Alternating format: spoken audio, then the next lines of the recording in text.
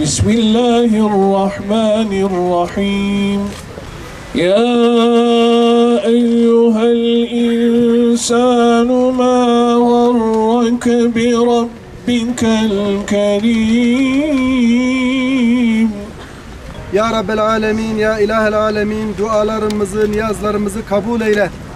Ya Rab, deprem felaketinde kaybettiğimiz kardeşlerimize rahmet eyle. Mekanlarını cennet eyle, makamlarını âli eyle Ya Rabbi. Velhamdülillahi Rabbil Alemin. El Fatiha. Arkadaşlar biraz daha geri çekerek alın.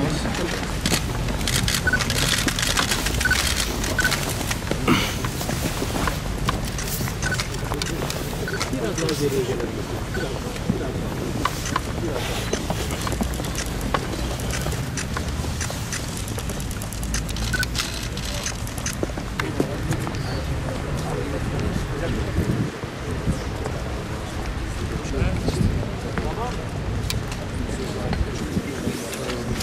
Bizden kalabalıksınız. Tekrar başınız sağ olun. Allah razı olsun. Allah sabırlar versin. Tekrar başınız sağ olun. Allah razı olsun.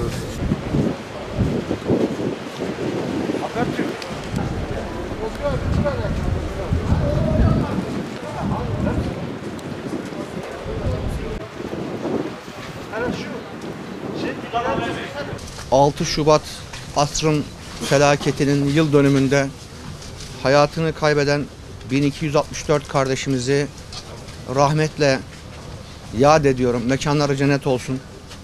Yine 6 Şubat depreminden etkilenen ve hayatını kaybeden diğer illerdeki tüm kardeşlerimize Allah'tan rahmet diliyorum.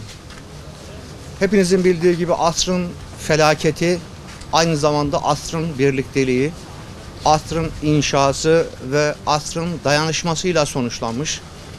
Aziz milletimiz kenetlenmiş.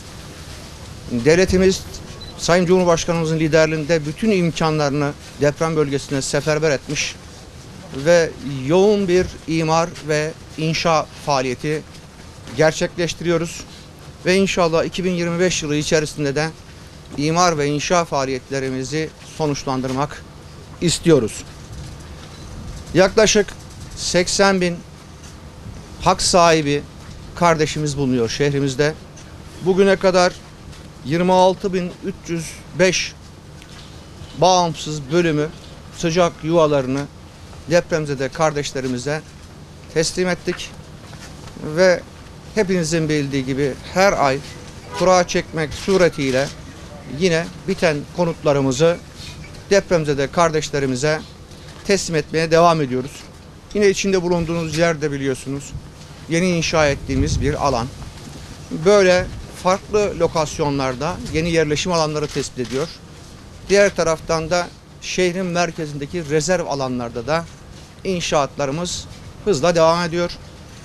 Yine yaklaşık 930 lokasyonda kırsalda da kırsal konut inşaatlarımız da süratle devam ediyor ve kırsal konutlarımızı da bu yıl Mayıs ayı sonuna kadar kahir ekseriyetini teslim etmiş olacağız. Özellikle milletimizin dayanışması, birlikteliği, kardeşliği, devletimizin tüm imkanlarını Sayın Cumhurbaşkanı'nın liderliğinde bölgeye seferber etmiş olması vesilesiyle gerek bakanlarımız, gerek valiliğimiz, gerek Büyükşehir Belediye'miz ve belediye başkanımız, devletimizin tüm kurum ve kuruluşları, AFAD'ımız, burada sayamayacağımız STK'larımız, gönüllülerimiz hep beraber bir ve beraber olduk. Bir ve beraberliğin sonucunda da Allah'ın izniyle, milletimizin desteğiyle, devletimizin imkanlarıyla bu yaraları hep beraber saracağız.